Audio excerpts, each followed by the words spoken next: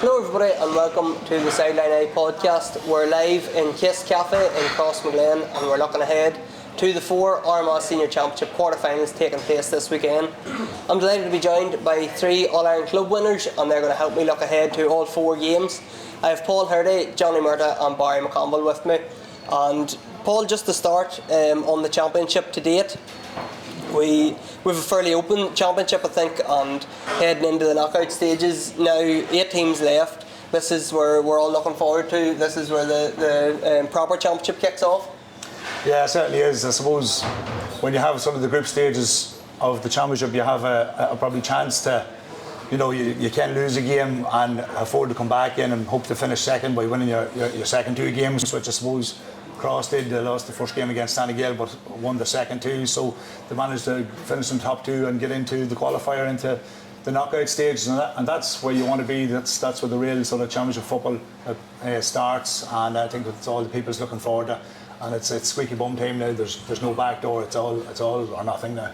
And Johnny, looking ahead to the weekend, we obviously have the 4 playoff teams and the 4 group winners. There's been a long layoff for the group winners, 3 weeks since their last group game. Do you think is that going to be an advantage or a hindrance for them come the weekend? Yeah, we'll just continue on. Paul said there, I agree that, it gives you a chance to get better in the group stages, gives you a chance to reset. Armagh had a big year, with a long season. A lot of teams only seen their guys for a week and then they're straight into championship football straight away. No training sessions. The ones that won the group gives them a chance to get a lot of work done with players they hadn't seen. Probably the more favourable teams, to be honest. So it gives them a chance to reset and go. For me, I've taken in the right few games at Armagh TV, and it's been an anti-climax of a championship so far. So, like Paul, I think it's now all on the line, and hopefully we'll see the best of the Armagh Championship kicking off. And Barry, the fact that Crossmaglen have lost the game already, Clonard have lost the game already, sending them through the playoffs, it maybe adds a wee bit of excitement that this is a fairly open championship. There's maybe 4, 5, 6 teams that can feel that they can give this a real rattle. It's probably the first time I'd see in years that it's probably the most open this Armagh Championship's been. Out of all them games now the weekend, you wouldn't turn around and say, oh, that team there not win the championship, that team there win the championship. They'd be all up for it. Cross and Clonard obviously have lost games, but teams are smart. They know they'll get stronger as it goes on. Cross is a great team at doing that.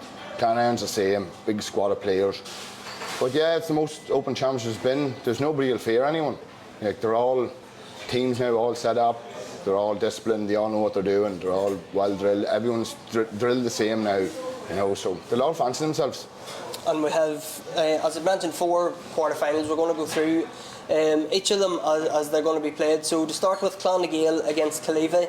This is Saturday in the Box Athletic Grounds at 5:30, and this will be live on Armagh TV. And just a mention to the Gale Club and to Crilly Sweets for sponsoring this segment of the podcast of Clans against Cleavey. And Crilly Sweets, I know Armagh boys were eating their sweets at half time and give them a good supply of energy, and maybe Cleavey will do the same on Saturday evening. But these sides met last year, Paul, in the quarter-final at the same stage. Cleavey went a man down 12 minutes into the game.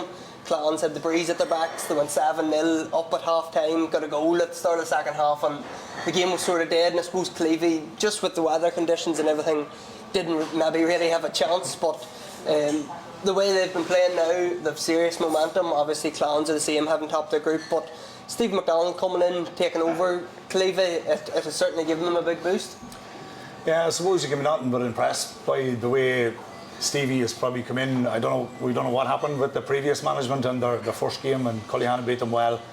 But Stevie's got a serious bounce out of the boys. I suppose Stevie coming in with his pedigree, the player that he was, and he's managed on a few occasions before, and he's, as I say, he's got a real bounce out of the Cleavey players. They all seem to be singing off the same hymn sheet now, and I suppose he's brought Marty Clark in, and he's Hickey in there as well, and a few other boys, and Marty Clark comes with good pedigree too. For he was a superb footballer, and he sees the game played the way Stevie sort of would, with a forward.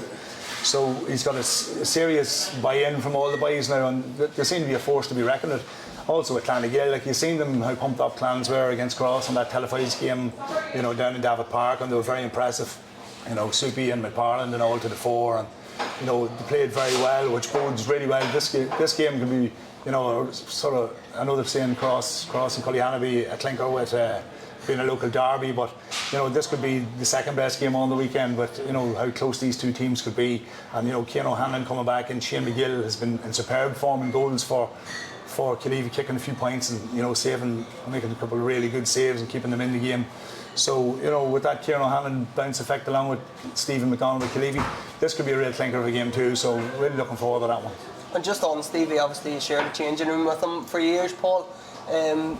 What's he bringing? He seems to have brought in old Cian O'Hanlon. Spoke to him last week for Armagh TV and he said they're playing with a freedom and they're playing front foot football. That's the sort of football you expect, I suppose, under Stephen McDonald. Yeah, Stevie would probably see the game along with myself, you know, as a forward, free flowing, you know, express yourselves, go for it, kick the shackles off and just go for it. You know, kick the ball forward, support the run and play. And that's the way Stevie would have always sort of said, even when we were playing, just get the ball in. You can see him when he talks in podcasts still to this day, just kick the ball in, get it into the mixer and win your battle.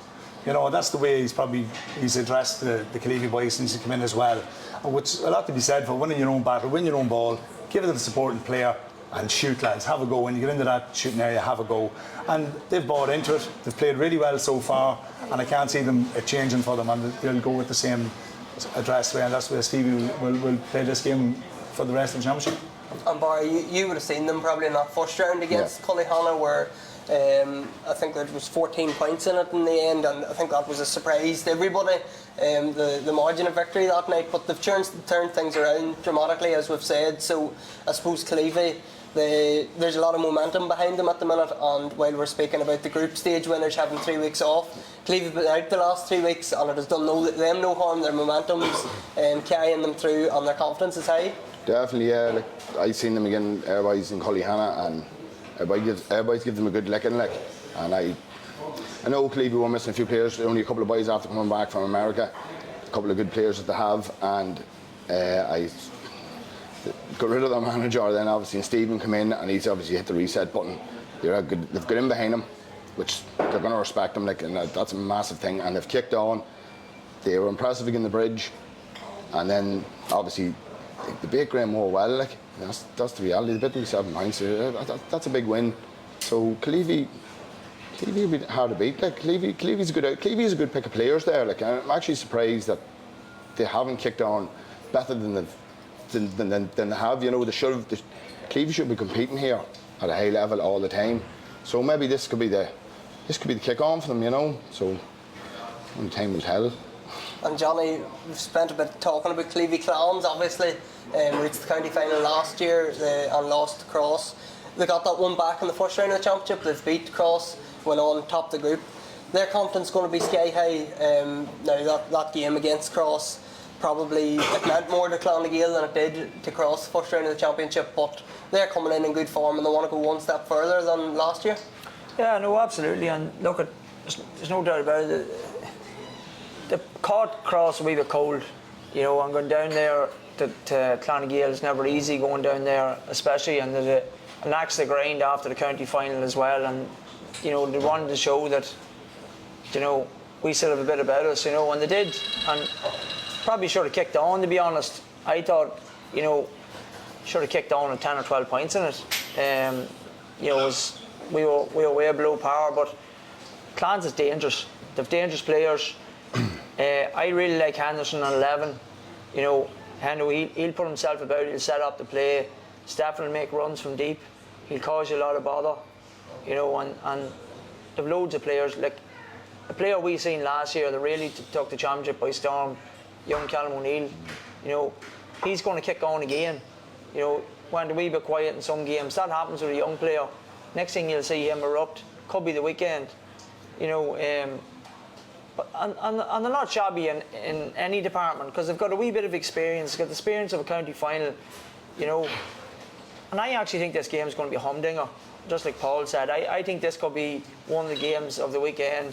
Killeavy's got a massive amount of firepower in the forward line, you know, and Clans are going to have to deal with that. and they have a lot of firepower in their own forward line. You know, Shane McParland probably, to be honest, like Keane McConville, he thinks he has a point to prove, probably from Armagh. He went out again Cross, he was unplayable. He was absolutely excellent, you know, and he's going to want to do that. He has a purpose behind him now. He has an all-Ireland medal in his pocket, and he's saying, right, I maybe could have done a wee bit more. So he's out to show something, and that can be dangerous, you know. So there's every aspect of this game, with the Stevie McDonald factor, with Clans getting to a county final and want to bounce back. Every aspect of this game is a humdinger written all over it, and I can't wait to see this game.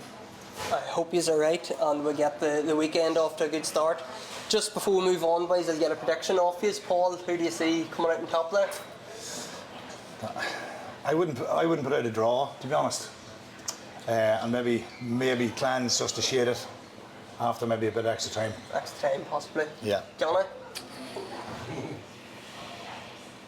I'm going to, after seeing Cleavey and seeing the reset and seeing the forward power they have, and they have a serious habit for getting goals, I'm going to go with Cleavey. Barry, you're the deciding vote. I think it's going to be tight. I do think it's going to be tight. It'll go down to the wire, but I think I'm going to go with Johnny, and I'm going to go for Cleavey as well. I think they just have going to run a farm there. And I think Cleavey will pip it. Cleavey will make it through. On to our second game then, that's in the Boxing Athletic Grounds as well on Saturday. This is at 7:30, and this will also be on Armagh TV. It's Armagh Harps against Clonairon. Thanks very much to Plumbing Supplies Lurgan for sponsoring this segment of the podcast. And Barry, I know we were supposed to speak an offer about this game, and it's maybe two teams coming into it in different form. Yeah. Two teams that are arguably up among the favourites for the championship, but the Harps flying through their group stage straight through to the quarterfinals. Clonairon, they've made the same stage obviously, but stumbled there maybe, and that blip against Mahary in the second round of the group stages. Yeah. They got through the playoffs, but maybe two teams in two different veins of form. Yeah, Clonairon seem to be honest, at the start of the championship, I put them up there to win it, to be honest. But over the championship has went on. I think Harps are definitely dark horses there. They've put up big scores. They've cruised to their group. I know some people are saying, that they haven't met nobody, but you can only be put in front of you. Normally Harps have struggled in the championship in the last few years, but they look good there at the minute. Clonairon have stumbled a wee bit. Going down to Mahary, very hard place to go down and try and win anyway. That's, to be honest, very hard. You don't get much when you go down there. Still win the games. You know, they're grind teams down. They have a good squad of players. Like Clonairon have 20 players. Normally teams be struggling to have 5 lads that come off the bench is nearly as good as in the field. So that's another.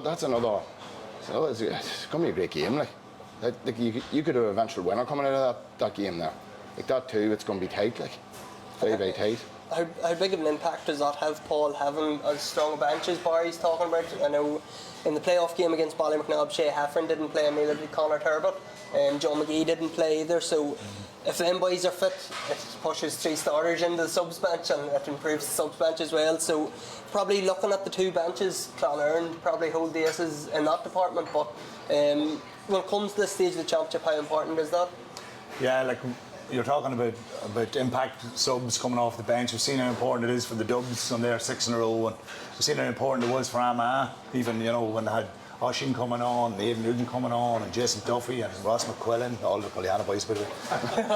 But it just shows you, when you have that weaponry in your arsenal, it is a real weapon for you to go forward and finish a game out. You bring on 3 potential starting players onto a 15 for 20 minutes, another team tiring, they can be the difference. And you need them boys coming on, making a difference, popping in with scores, making tackles, breaking lines.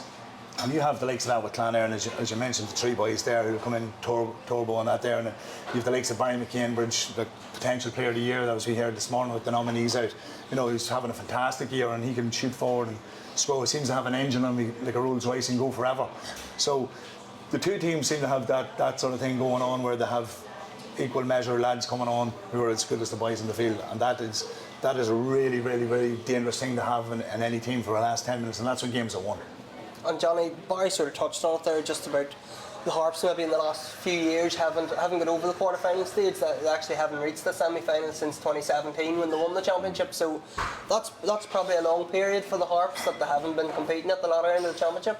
Yeah, well, for a good few years I felt the Harps probably lacked a wee bit of strength and depth, you know, and when the game got into the melting pot, just couldn't see it out. Now, the game last year on the bridge against Cross, they had us on the rack, there's no doubt about it. Decky McKenna pulls the trigger. That time, you know, we looked gone.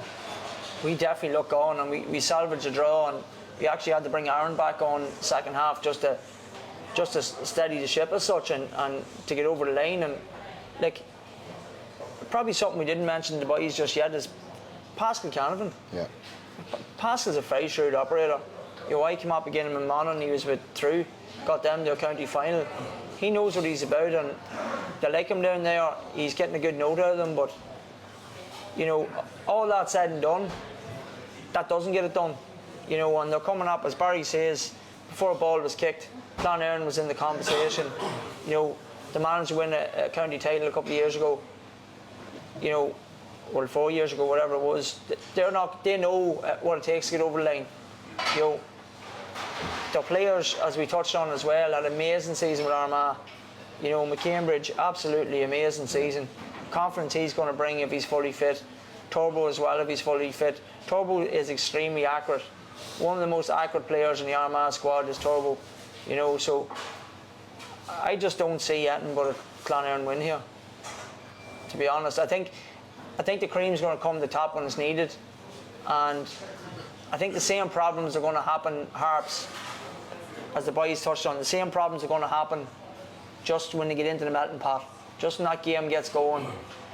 But Clonairon, I think, are well drilled, they're well organised, they have a bench.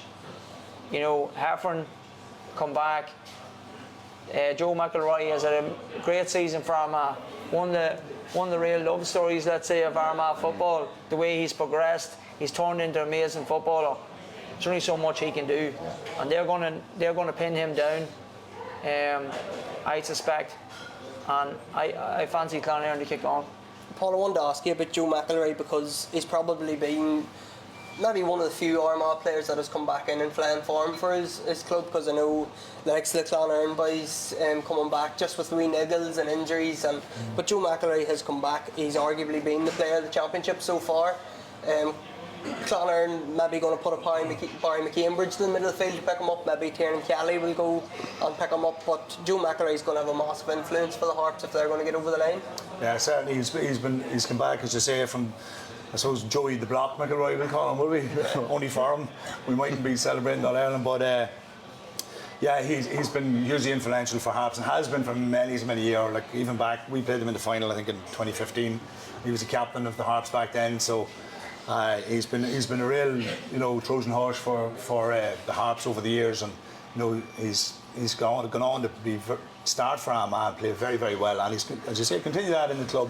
You know, some of the boys might have put the tools down for a wee while, partying out there, but Joey seems to, you know, fully shouldered the wheel for the Harps, and he's put a real effort into it, and that'll just inspire the boys behind him. If you've your county player coming back from the county and throwing a massive effort in the club, like, young fellas would just be looking up and on, go, geez, I want to be like him, I want to perform like him, I want to be at the same level. So everybody else's game will rise up towards that, you know, when you see your star players putting the effort in that they do.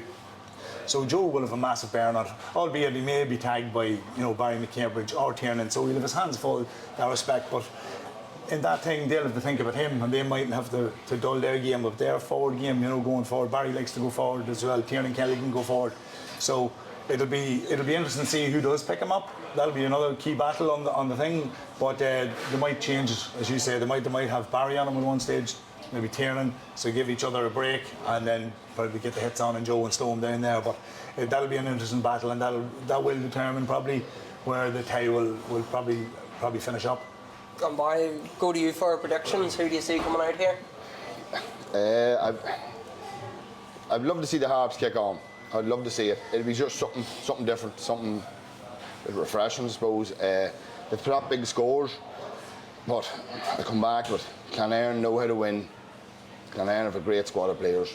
The 5 subs there that can come off the bench is as good as the lads on the field. And I think if it comes down to that last 10-15 minutes, I think the boys coming off the bench for Clonard will win the game, and I have to go with Clonard for that one.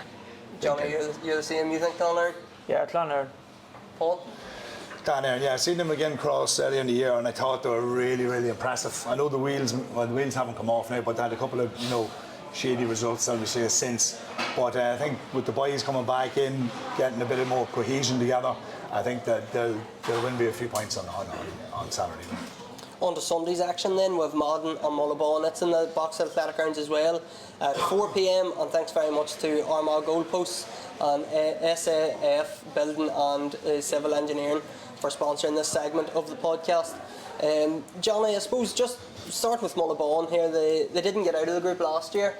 A few of their players like Sadaki Lai, Shay Lai, Owen McDonald haven't been involved this year. They've got out of Division 1B, winning it up into the top tier once again, and then the quarterfinals of the senior championship. This has been a massive, impressive year from Mullabone. This has been the best year for Mullabone in 15 or 20, and they've took an awful long time to rebuild. There's no doubt about it. They've been totally back to scratch. They lost an awful lot of players, lost older players, started concentrating on the younger players for a good few years. Seen a lot of them in B football last year, actually. We were chatting about off air, stuff like that. Eddie English, the captain's been a stalwart there for them for a good few years, and county experience as well, and been impressed with O'Brien from half back getting up the field. I seen he made the team of the week there one of the weeks. So they're trying to build something. I didn't actually think they would win 2B or 1B, but it was an unreal result for them throughout the league campaign. So for them to get this far in the championship was a wee bit of a shock, to be honest. But they're doing something right. Will they push on a wee bit more? It's a big ask, to be honest, but let's hear what the boys say about on that. What have you made of them, Barry, this year? I've seen him a couple of times this year. For starters, I have to say, Mark Gill, manager, has been commended for what he's done with Mullabone. The players he lost at the start of the season, 6 or 7 boys walked away from the squad, which dealt him a very bad hand. Boys getting behind the wheel, all them young fellas, he had them in on the rage, he's took them through the senior, and they've bought into his game plan, they've bought into his system. They're a very disciplined outfit. And then see when they break with serious pace. Fergal O'Brien, Cormac Smith around the middle of the field, and it's not individuals, they're a unit. They're a unit now. Very hard to beat. Very hard. I was actually surprised Hearts beat them by as much, and that's why I think the Hearts, sorry, going back to the Hearts been impressive there, because Mullabone are very hard to beat. They're very hard to break down. Etton's a bonus for them now, to be honest. They won 1B and deserved to win it big time. They beat Mahary. Wasn't surprised they called that one big time. I thought they would beat Mahary. Etton's a bonus after here for them now, but they'll fancy themselves. They're cocky, sure. I work with a few boys and they're cocky, like. But they fancy themselves. They do fancy themselves to beat Madden. Now, I can't see it being a big scoring game, but as I said to them, I think just Madden has too much experience for them. But I'll tell you, they fancy themselves. I know that much. And what the management team has done with Mullabone, they have to be definitely commended for, because they've been exceptional this year. Paul, I suppose just on that point that Barry has made, it's nearly bonus territory for Mullabone. They're going in here with nothing to lose, and I think everybody nearly expects Madden to win this one, and if we were going through the 4 teams, it's arguably the easiest to call. Everybody would tip Madden, I'm sure, but Mullabone, they've nothing to lose. They can throw the shackles off here and really have a go at it. That's it, after an impressive league as the boys are here to there, exactly, they've nothing to lose. They've gone to the game against Madden, an experienced battle-hardened outfit, with Big Grimley coming back in, and Darren McMullen and all Ireland winners as well, and they'll be mad to do well for young what do you call him, Hart, Mickey's son, Mark Hart, yeah. So they'll be all mad to go and get a good performance and put up in a good shift in the championship, because they've been without the boys all year. So, but Mullabone, they'll go into the game, as I say, that bit of arrogance and that bit of confidence in a team can take you far enough. But at the end of the day, like Madden, as I said, experienced enough outfit. You'll see Mullabone putting up a good fight for 40 odd minutes, but then you'll see the experience and the talent of the Madden team coming through and put them in the post. But listen, it's something for the Mullaban boys to build on for next year. They've made serious strides this year, and they have to build from here and go forward. Can they improve on what they've done this year? I know we're putting them as a beaten docket here at the minute, but can they put the building blocks in and sustain this bit of momentum and potential that they have? We'll see how they go, but it's for Madden for me for the weekend. Johnny, how do you rate Madden going into this game? Because they've been sort of building nicely over the last couple of years, and now they've maybe turned into a serious championship contender. A potential banana skin, of course, on Sunday. But do you see them? Are they a genuine championship contender? Do you put them in that bracket?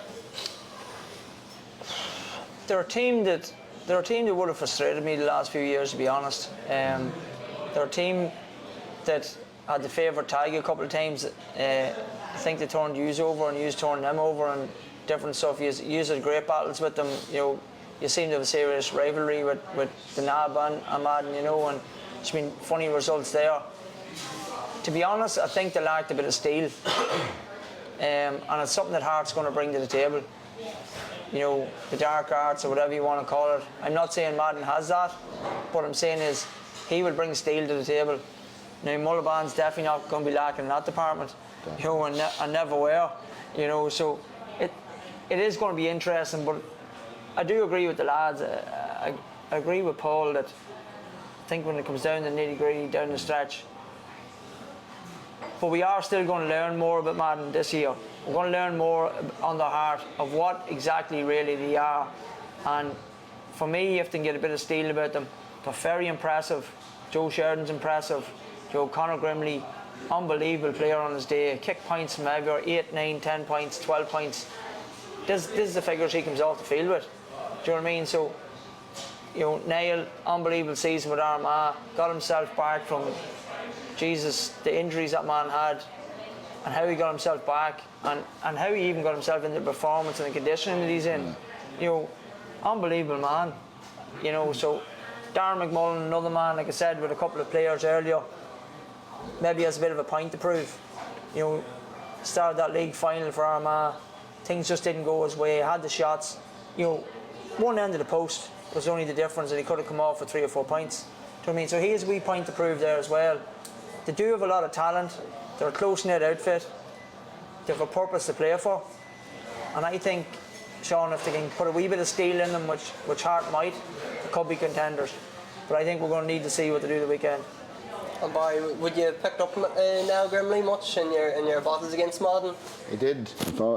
His brother as well, funny enough, a couple of them. I picked Niall out years ago. He's probably one of the best midfielders in Armagh coming through, and it's happened. He definitely has come into being that. A great player, a nice lad, honest footballer, but tough, and great catcher of the ball, and great feet on him. He can score, he's real good, honest lad. He'll take watching on Sunday. That's the truth. So I think just from what you're saying, boys, we're going for 3 Madden victories. I think so. Yeah. I think so. Yeah. So we'll move on to the small matter of the Crossmaglen and Cullyhanna game. The main reason probably we're here, this is the main event on Sunday in the Box Athletic Grounds at 6 o'clock. Thanks to Luxury Garlands and Hearty's Shop for sponsoring this segment of the podcast. Barry, talk to us about Crossmaglen and Cullyhanna. What's this rivalry like? So everyone knows, it's big rivalry. So it's 2 local teams, everyone knows each other. But always good battles. Always good old hard-hitting games. Not dirt, good hard football.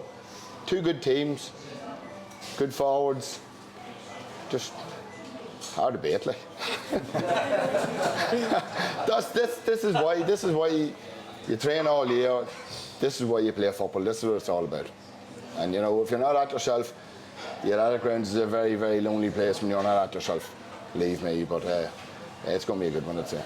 Definitely. Paul, when the championship quarterfinals draw was being done, I had my fingers crossed that Cullyhanna would get cross. I really want to see this one. What was Cross's feeling when this came out? Were they happy to see Cullyhanna, or would you rather somebody else? I know, they can bring them on. Cross, traditionally Cross are slow starters in the championship, and that happened this year again with Clonagale, and all through my career, the first round is always a disaster. Like very hard to get going. But once we got going and we got a bit of, a bit of cohesion and a bit of, got into the championship, we always improved and got better as the championship went on. And we got our 2 games in the championship. Grainmore and Sarsfields, and I know we didn't score well against Clans. We scored 3 goals and 5 points, which isn't us like. But so we've gradually got the shoulder to the wheel, and a couple of impressive performances against Grainmore up here in the field, and then last week against the Bridge. Another local rivalry as well, the same as Cullyhanna.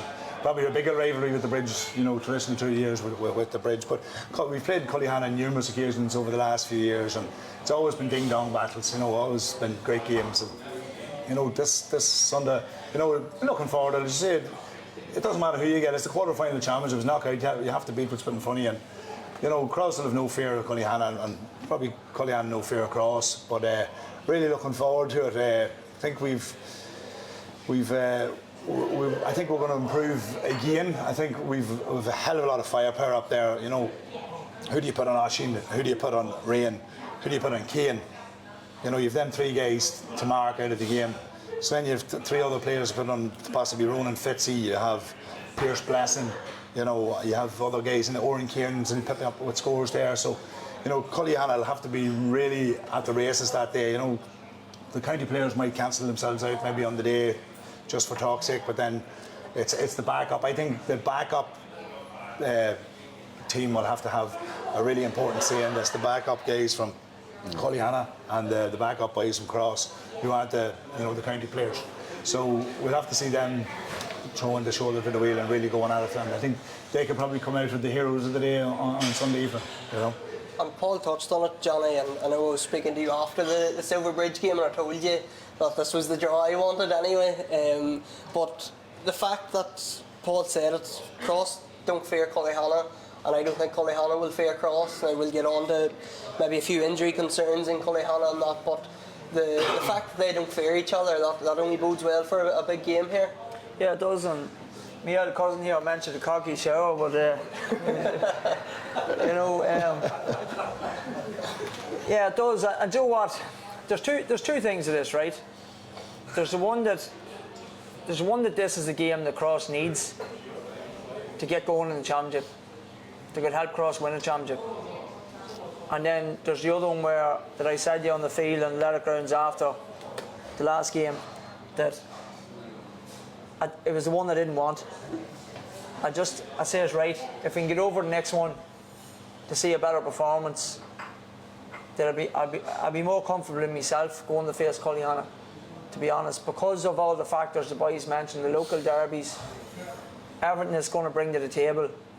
Them winning All Ireland Intermediate, the Kieran McKeever factor, an All Ireland winning coach twice over in the space less than 12 months. So all them factors are coming to the table.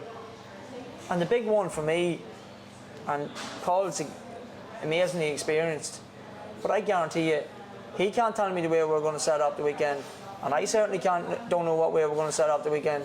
And all them factors in my head are going, I don't know what to expect. I don't, our key players have showed flashes. Keane has shown, up here, got man of the match, only 4 down in Sarsfields. We played very conservative. We looked like Sarsfields, no offence to Sarsfields, but they got relegated. Looked like they had a load of Ferraris sitting in the forward line because we were afraid of our life for them. I don't get it, and that's been honest. Keane kept us in the game, kicked on, and it's a tough place to go down there in a tight field, don't get me wrong. So there's just stuff like that, and I'm just being honest here. That's the way it is, and I don't know what to expect. I really don't. What's the feeling in Cullyhanna, Barry? Very quiet. Nothing been said. Boys have trained hard there for 3 or 4 weeks. I know that. Trained very hard, knuckled down. Boys, obviously the county beers come back in. The county beers actually been impressive enough for us. So they have. Don't give it away, Barry. No, I'm just being honest. Like, it's the truth. The boys were expecting this, and that's been honest. They didn't care who they were getting in the quarter final. They knew they were getting Cross or Clannar or the Habs. That's who they said they were going to get. They were ready to go. But with the management team that the boys have been there, it's one game at a time. That's all it has been. That's always ever will be. No matter whether we were playing Bleak on Sunday, it wouldn't matter. The same thing, same structure, same everything. Focus on our job and do what you have to do. And that's what it is. So it's very quiet, but they'll be confident. Boys don't fear nobody. They don't. They're a good bunch of lads. They are exceptional out for the players. They're very disciplined. They know what they're doing. They know their game plans. That's all they can ask of the boys. But as I say, they'll be confident. They'll be confident in. And that All-Ireland run, Barry, that has obviously built confidence in the team going all the way, ending their season last year and the steps of the Hogan stand. The boys going on and winning All-Ireland then, the 3 county men. I imagine just there's so much confidence in Cullyhanna now. If that's going to show on Sunday or not, we'll have to wait and see. But as you say, I can just imagine that they don't fear anybody, and they want to get into the athletic grounds. They want to be playing in the senior championship to show what they can do at that level. Yeah, obviously last year when the All-Ireland was brilliant, but the focus was get out of intermediate, get back to where we should be as the senior championship, and be where we are now, competing against Cross, competing against Clonairon, Armagh Habs, teams get mad and teams that got there. That is where Cullyhanna should be, and hopefully that's where we'll always be. The boys are focused on, as I say, Sunday will be their focus, and that's it. But that's where they want to be. Business end of the season, that's where they want to be. And Paul, I think I've noted down 4 games in the last 11 years that Cullyhanna and Cross have played in the championship. Cross have won 3, the one in the 2013 final, the one in the 2014 semi-final and the 2018 semi-final, and Cullyhanna won the 2016 semi-final. These games were all in the athletic grounds as well. You played in, I think, all of these except the 2018 one. What's your memories of these games, these local derby games, particularly, I suppose, the final in 2013? I'm not great one of the 2016 one. I wasn't happy with it. Yeah. But no. Listen now. Well, I suppose when we get to the semi-final and final, we're hard to talk to. We're very accomplished going down to Armagh and putting in performances, and every time, I suppose, when we played Cullyhanna them times, you're always expecting a battle, you're always expecting a physical edge to the game. And, but you have, at the same thing, you have to fight fire with fire. They bring a hammer, we have to bring a sledge. So, it'll be the same crack going on Sunday. It'll be a physical battle. With the bounce the boys got from the All-Ireland intermediate, they've been superb. It's a hard place to go all through a championship, but that builds momentum, that builds character, that builds resilience. And Cullyhanna have all them things in their armoury, and I suppose so is Cross. We are the I suppose the reigning county champions. We've won the last 2, so we've nothing to fear. But we have to go out and perform, and that's the key thing I think for Cross on Sunday. If we go out and perform, and as I said earlier, we are getting better. We're improving as we go along, and historically that's the way it's been. And I can see glimpses of Cross coming into sort of a good level of performance. For the first 20 minutes against the Bridge, I suppose we weren't here or there. We missed a lot of chances. We were playing up the hill in Armagh against the wind, dropped a lot short. Silverbridge keeper, made some superb saves. Only for that there, Cross would have been, in a far better place. Probably further ahead when we were a point down at half time. We played for 10 minutes in the second half, and we could have, and then the second half we could have blew them away. But I see them chances coming across. I see Cross's play coming on well. I see Cian McConville playing really well. He's coming from further, deeper playing football. He isn't up the field as much. Pierce Blessing was doing really well. Stephen Morris coming in. And then when Cross stepped up on the Bridge, I'd like to see a wee bit more of that there and put a bit of a press on. The Bridge, we didn't really have an answer for it, So I'd like to see more of that play coming in with Cross now against Cullyhanna, and, test out the Cullyhanna boys and see what they're made of. Go toe-to-toe with them. You know what I mean? Because I feel Cross playing that brand of football, maybe kicking the ball rather than through the hands. I know we have to play through the hands by times, but maybe let the ball do a bit of the work. And we have superb passes in the ball, and Cian, Oshkin, Ray and Stevie Morris coming out of defence and that there. So hopefully we can get that blend right, and I feel if we get that sort of blend right on Sunday, it'll bode really well to sustaining a performance and going towards a victory. I think, Johnny, it's probably going to be a balancing act for both teams, when to go and when to maybe keep the ball, and when to press high on a kick out or whatever. But how much one-on-one battles are we going to see here, do you think? And we'll talk about our matchups shortly, but Cullyhanna, are they going to sit back for maybe the start, maybe the first half, and then come out and play a bit of one-on-one football, or how do you see it panning out? I don't know about Cullyhanna, but I think we definitely will. We'll probably give up the kick out for the whole first half again. And you know, Paul's right. I want to see us be a wee bit more aggressive on the kick out and push up. The county final last year is a prime example. Things weren't going our way as such. Probably lucky enough the state it was in at half time. We pushed up and on the kick out and the game was over in 7 minutes. You know, that would be a good sign of what to do, but you know, obviously they have their game plan. It's working for them so far. They believe in it. The boys are buying into it. They seem happy. Who might argue with it? I don't know what goes on in the changing room. Same as Barry doesn't know what goes on in Cullyhanna changing room, and that's just the way of it. But Paul's right. Momentum has built in years that we've slow to get going, and maybe that's why to take that approach, because of tradition and the way we have been. So we are finishing games strong. I do think the matchups. I think matchups is key. You know, I disagree with Paul to a certain extent in the fact that, you know, Paul's sort of leaning towards some of the other players are going to need to step up, but I think in this game, the matchups and the personnel is key, and it's definitely key for us. It's really key for us, I think, more than people realise. And Barry, Johnny said, I know that you're not Cullyhanna changing room anymore, but I hope you can give us an injury update, because I know a few key men have been missing for Cullyhanna. Pierce Casey, the captain, obviously, Mickey Murray, Kieran McCooey. Like, there's been a few players that just haven't featured in the championship, and I'm sure you're going to tell us you don't know what they're like. Sunday, I don't. If they're in the field, it's a massive boost to Cullyhanna. Yeah. If they're not, they're massive losses. Yeah.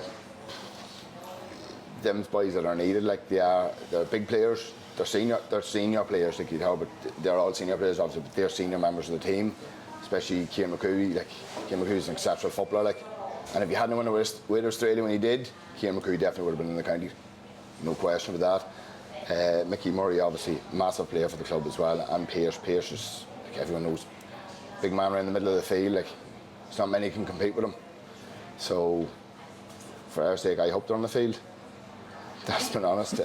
Definitely for match-ups and stuff, definitely need them boys playing football. Like, definitely so, but hopefully all going well, they'll be there Sunday. And that midfield battle, Paul, we'll get into our match-ups now shortly, but that midfield battle, if we do see man-to-man, both teams pressing up on kick-outs as we want to see, that midfield battle of maybe Casey and Conlon against O'Neill and Morris, it's going to be brilliant. It's going to be a war zone out there. Yeah. It should be. With a bit of luck, we'll get a good bit of one-on-ones, and I think Jason Duffy will be floating around the middle there too, and you know he'd like to mix it up around the middle in the middle third as well. So you know who picks up. You know, you have your big men in there for cross, like the Stephen Morrises and the Oisin and the Rains and that there, and then you have the Cullyhanna boys. You know, they'll be mixing it up well. The hits will be going in, and that will determine. You know, will we give up the kick out, or will the kick out go out to the middle of the field? That's the thing. So I'd rather see the cross players, you know, put a press on the Cullyhanna back line, so the kick out does go out the middle, because I think we're fairly good in the middle. We've big men out there, like Stephen Morris is a great fielder of the ball. You know, Ryan can catch ball. Oisin also can catch ball. But you say as the match-ups as well, we have to see what way they're going to line out against each other, and will the kick out go there? That's what you're gonna be up against. So I would like to see that press on from a cross point of view, so that we get the gauge out the middle, because I think that's a strength of ours. So if we don't win the primary possession with a mark, we have boys in there can hustle out and get a good bit of break ball and win that, and then get our game going from there. But we mentioned probably Pierce Preston as well. You know, another guy 6'3" or 4", superb fielder of the ball also. So we've big men, and Ronan Fitzy also another man 6'3" or 4". So we probably have, you know, we shade the height, the height advantage out there. So we'd like probably, if you get the ball out the middle, we would like to see us getting the fair share, better percentage of the kickouts. And Barry, just on the kick-out press, do you see Cullyhanna going after the cross-McGlynn kick-out? Because I know Conor Deary, he's maybe not really experienced at this level. I think his championship debut was 2 years ago in the first round of the Ulster Championship, so wouldn't have that much experience. But do you see Cullyhanna, are they going to play conservative maybe at the start, just to, find their feet, find their level, and then start pressing kickouts, or how do you see them approaching it? To be honest, I honestly think it's going to be a cagey affair from both outfits. And that's the truth. I don't think it's going to be what everyone thinks it's going to be. It's just going to be. It's hard to know. That's the truth. I don't know. I would love to see teams as a midfielder. I'd love to see them, both teams, going for kickouts, competing. I don't know what's going to happen here. That's been honest. I suppose there's a lot to do with who's on the field. It's a lot to do with personnel. It's a lot to do with, as you say, confidence. But I don't know. That's the truth. Don't know. Don't think anybody knows. Yeah, I think that's what I'm getting. We're playing a guessing game here. Yeah, that's been honest. Like. I think injuries are going to play a big part of that, Barry, because we're talking about Cullyhanna possibly pressing on a kick out, but if Pierce Casey's not there, then they're not going to do that. Yeah, I'd say Pierce will be there. That's been honest. I'd say Pierce will be for this game. I think Pierce will be in. Shane Collins there. Shane Collins come from Australia. Good enough, Nick. He's played a couple of games. He's moving okay. Philip Savage is back. Mentioned another big fella. Jason Duffy's not small. Ross McQuillan's not small. Ross 6'2", big fella too, and can move. So we'd be confident enough of competing with Cross around the middle. But as I say, it comes down to matchups. All them boys could cancel each other out. It could be some lad comes off the bench 15 minutes to go, wins that game. And that's the truth. Or it could be some lad, some young fella. Keelan Reevy. You wouldn't know. Hopefully for us it is. But Cross is the same. If Ronan Fitzpatrick has been in exceptional form this year. I know he was injured there, but he'll be back for this. Pierce Blessing as well. It was all good lads. Johnny, on our matchups, and I know I was speaking to you offer, trying to work them out. I suppose the key matchups we'll talk about from a cross defensive point of view first. And are we expecting Caelan Comiskey to go back into Mark Aidan Nugent? Is that a matchup we're going to see, or who do you see picking up Nugent? I'd say that'll be nailed on. I can't see anybody else picking up Nugent. County man on county man. That's and that's the conundrum for me. Believe it or not, is that, as Barry says there, I suspect Pierce Casey will be playing. If Pierce Casey's 100%, he goes to midfield. If Pierce Casey's at 70%, he goes to full forward. And that creates us with a whole different ball game of problems, because Rick goes out. And we're going to have to, if Callum's picking up, he can't take Casey, because I reckon he's going to be getting a detailed job on Nugent. So that creates us with an issue. And that leads it back then to what do you do on the kick out? So you press the life out of the kick out. Hopefully Cullyhanna's not getting much joy and they have to bring Casey to midfield. That's the football head on. That's what you do. Yeah. You hammer the hammer. You make it a war of attrition around the middle and say, right, what are we going to do here? If Barry's at 70% and he's at full forward and we're not winning ball around midfield, we're getting him out in midfield, trying to win ball, trying to change something up. But the other ones in the forward line are pretty match for match. I think Barry hit on the Reevy, big engine, gets around the field. Amazing year last year for a young fella. He's got a lot of confidence out of that. Probably someone that's going under the radar a wee bit in senior football. So he's going to cause us a lot of bother if he's let. He's going to have to be nailed down, and some of the wing backs are going to have to pick him up, and very close detail on him. The rest of it sort of sorts itself out, to be honest, and with Cullyhanna, because I think I don't think Duffy's going to play in the forward line. If he is, he's going to drop a wee bit. I suspect Ross McQuillan, who can play anywhere in the middle third, I sort of expect him maybe to go into midfield, actually, especially if Casey's not 100. So I expect him maybe to go on to Stephen Morris and try and look to run him into the ground a wee bit. That's what I think what McKeever will be looking. So it's interesting times ahead. Just on that Cullyhanna forward line, Paul, I think a lot of the focus obviously goes on the county men, Nugent, McQuillan, Duffy, all possibly playing up there. But Shea Hoey's a player that he was outstanding in that run last year. Barry, I think he got intermediate club player of the year last year.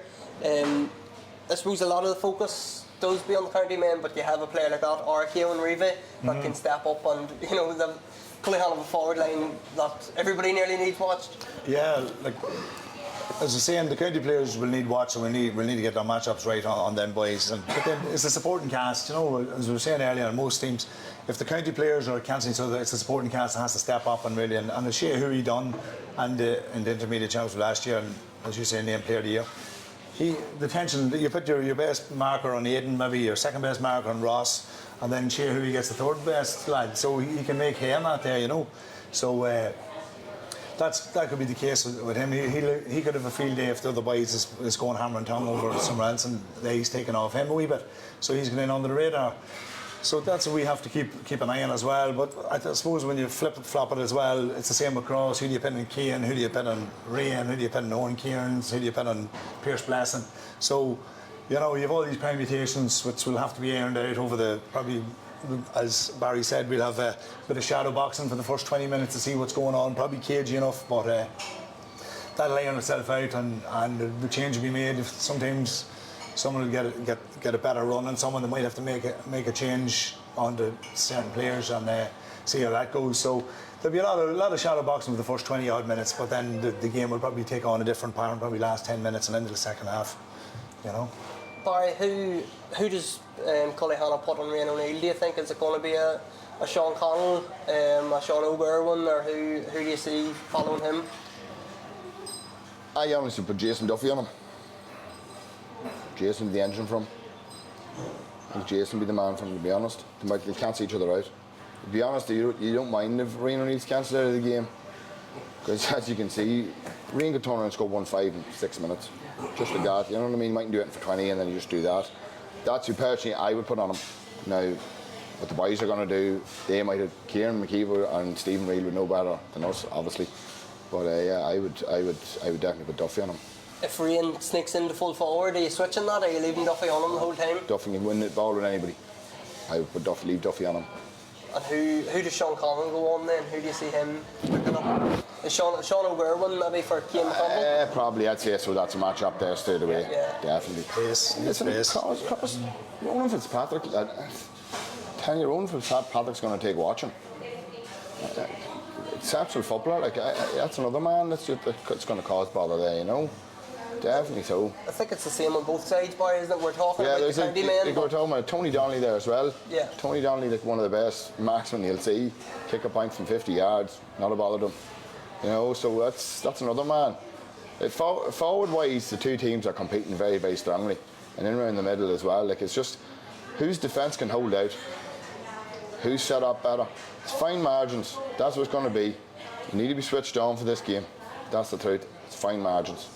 And Johnny, you mentioned earlier about when you were talking about Shane McPartland, you mentioned Cian as well, maybe a point to prove in terms of didn't get as much game time maybe as he would have wanted with Armagh, but even the last day I think he only scored 2 points against Silverbridge, but his movement, his pace, he should have had a goal in the first half as well.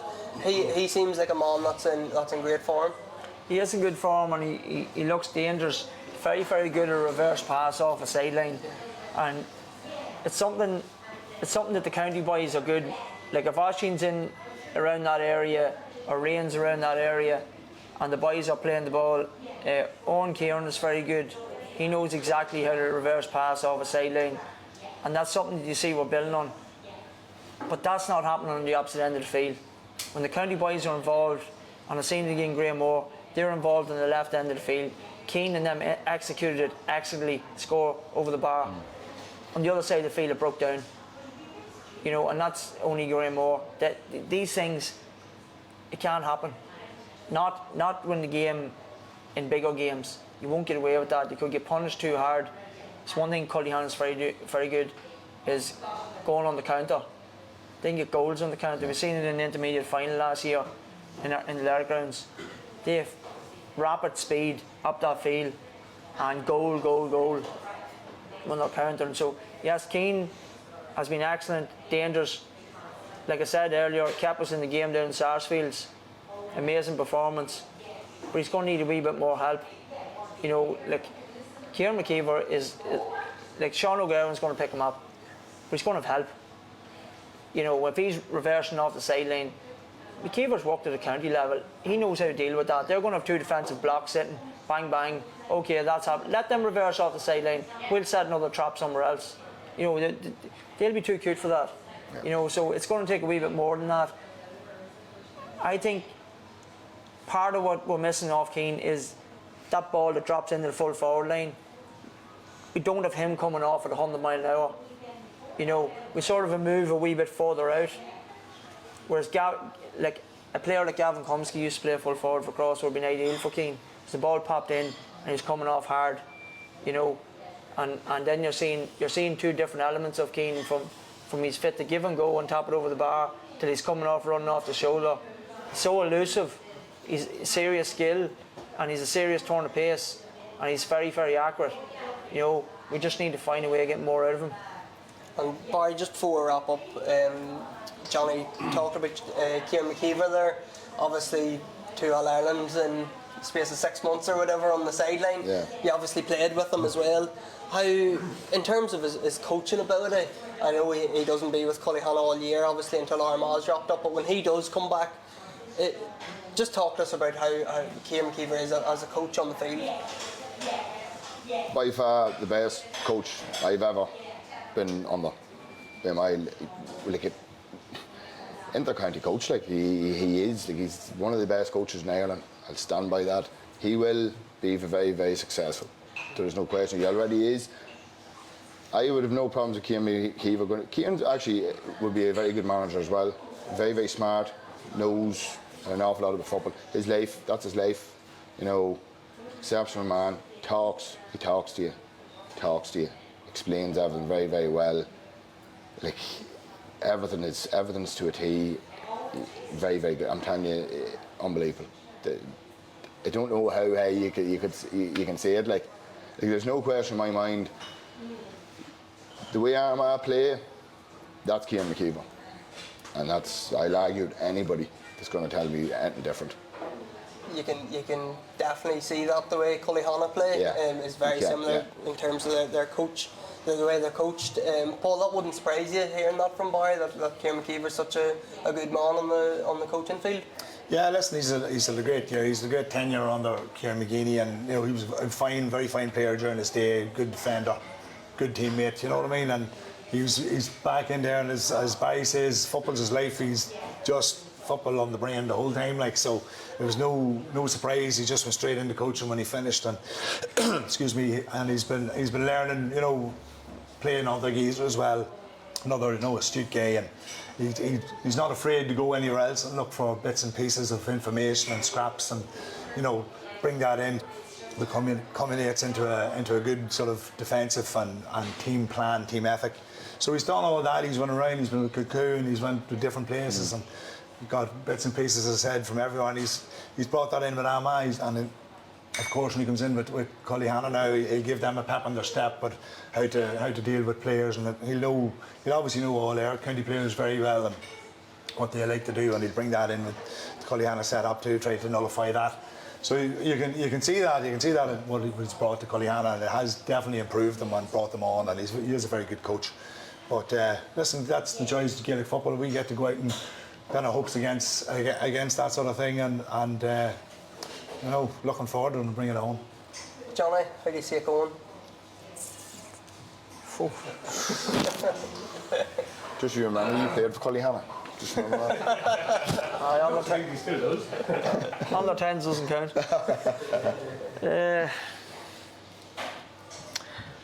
Look, there's so many elements to the equation that we've kicked on here. It's, you know, what's Cross going to do? Are they going to press? Are they going to drop off? You know, personnel, injuries.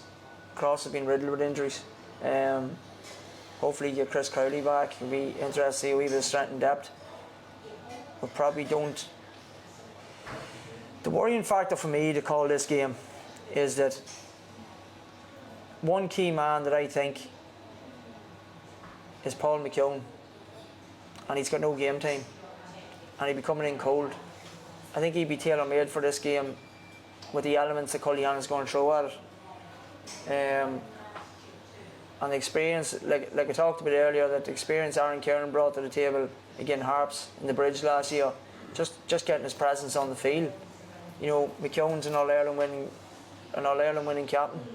That experience is just second to none for a game like this, for a local derby, a massive game, and I'd be just a wee bit afraid that he's going to be massively undercooked. He did have a niggly injury and he struggled to get, but we didn't get game time into him there the last couple of weeks, and I felt it was probably a mistake. And because of our strength and depth, because of Rico and Crowley's been out and different key players been out, and I'd just be a wee bit worried with our strength and depth just for a game like this. I'm hoping we're going to press. I'm hoping Cullyhanna's going to come at us, and we're just going to have to go and press, and the game's going to evolve itself. I do think Cullyhanna will be a wee bit conservative. I think Barry's right. I think they'll go to play. They'll play 2 defensive blocks, and they'll go to hit us on the counter. So on that, I'm going to go across after extra time. Barry? To be honest, I have a sneaky feeling Chris Crowley's going to be playing. To be honest, so I do.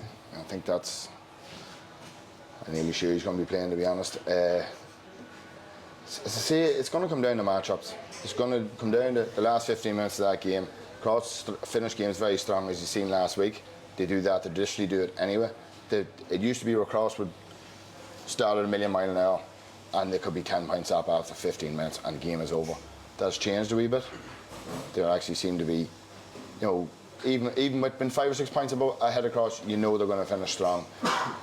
As I say, I have the same agreement with John. I think this game's going to go down to the wire.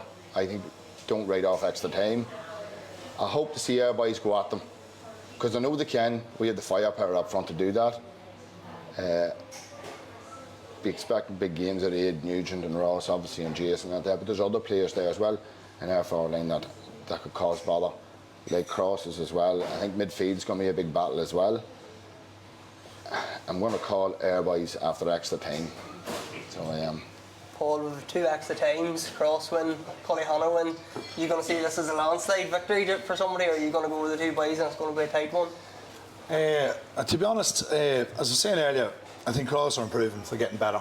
I feel that I know the last day you were mentioning Keane. I thought Keane was fairly good the last day. Mm-hmm. He missed 2 or 3 goal chances, which on another day he'll bag.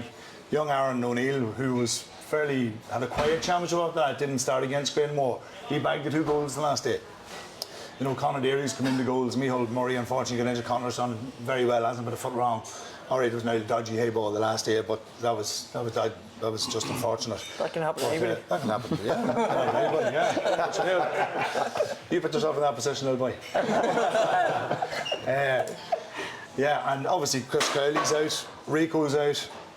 Don't forget James Morgan as well. So, we've been unfortunate in the injuries this year, but we've had boys stepped up. Young Aaron High, he's come in there this last couple of games. Yeah, he hasn't been a shoe wrong. It looks as if he's been playing this 3 or 4 years. You know what I mean? He's a brilliant young fella coming into the game. Ronan Fitzy got that bad niggle against Greenmore. He only come on the last day. He'll be going well this day. But I feel that momentum that Cross has been playing week on week there, will benefit Cross. Cullyhanna's had probably a 2-3 week break. Yeah. It's good enough to get a break too, niggles and that there, and get stuff right. But I think with the momentum Cross has and the steady improvement they've been playing, I think this game's coming at the right time for them. It's not going to extra time. A fancy Cross, too much firepower, 4 or 5 points. Good stuff, man. Brilliant. Thanks very much for coming on, fellas, and thanks very much to Patrick and Kiss here in Crossmaglen. It's been fantastic. Thanks to Patrick and his staff for helping us organise everything and get us set up and everything else. Thanks to all our sponsors coming on board. Without you, we couldn't have done this, and of course couldn't have done it without Sean on the camera as well. Big addition to have him here, and just a round of applause for the 3 men too, Paul, Barry and Johnny, for winning us. So thanks everybody for tuning in, and we look forward to chatting to everybody on Sunday evening. I'll be back with another podcast and we'll review all the 4 quarterfinals. So see everybody then.